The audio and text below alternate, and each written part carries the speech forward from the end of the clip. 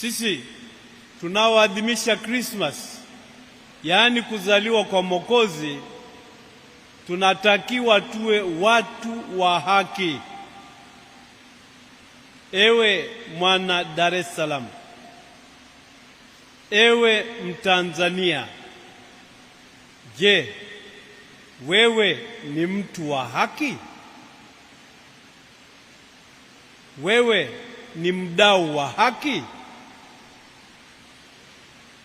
Naomba nithubutu kusema kwamba Watanzania wengi hawashabiki haki,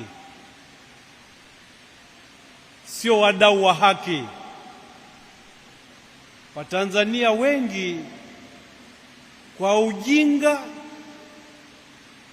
kwa kurubuniwa au kwa vinginevyo au wanajidai kuwa wadau wa amani.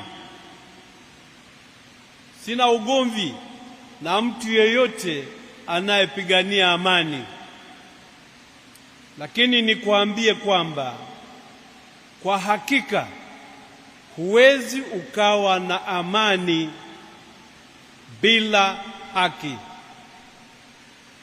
Amani na haki ni vitu viwili vinavyotegemezana. Amani na haki ni zawadi, wasifu unaofungamana na Kristo Mwokozi.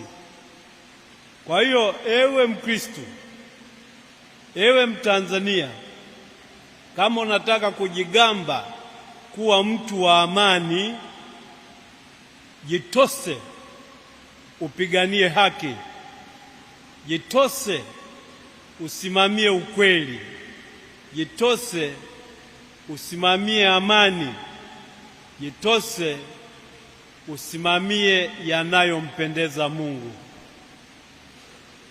Yesu aliyezaliwa kwa ajili yetu anatambulika kwa majina mawili. Yesu maana yake ni Mungu anayeokoa.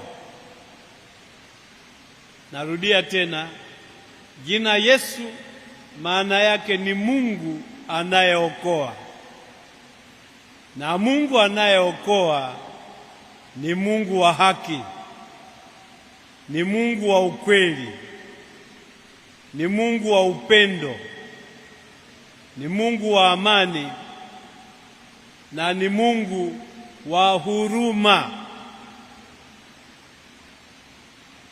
Hilo la huruma linatuhusu wote, kwa sababu wote tuko wa dhambi, lakini Mungu hatupatilizi kwa dhambi zetu.